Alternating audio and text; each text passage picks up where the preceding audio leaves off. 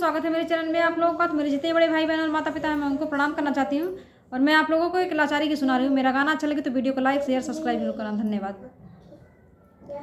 हंसी हंसी के बोले राधा प्यारी हमार गाय दुहिदा मुरारी। हंसी हंसी के बोले राधा प्यारी हमार गाय दुहिदा मुरारी।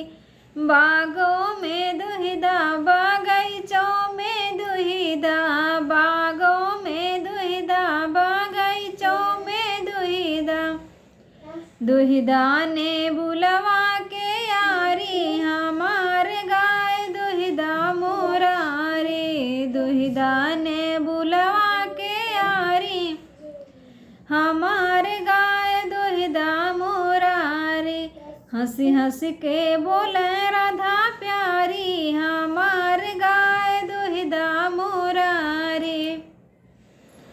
कुआनों पे दुहिदा जगतियों पे दुहिदा, कुआनों पे दुहिदा जगतियों पे दुहिदा।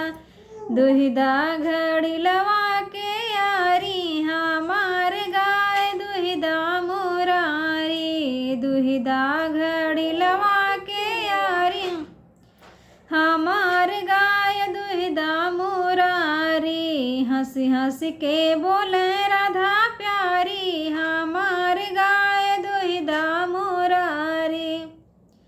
सड़कों पे दुहिदा सड़कियों पे दुहिदा, सड़कों पे दुहिदा सड़कियों पे दुहिदा।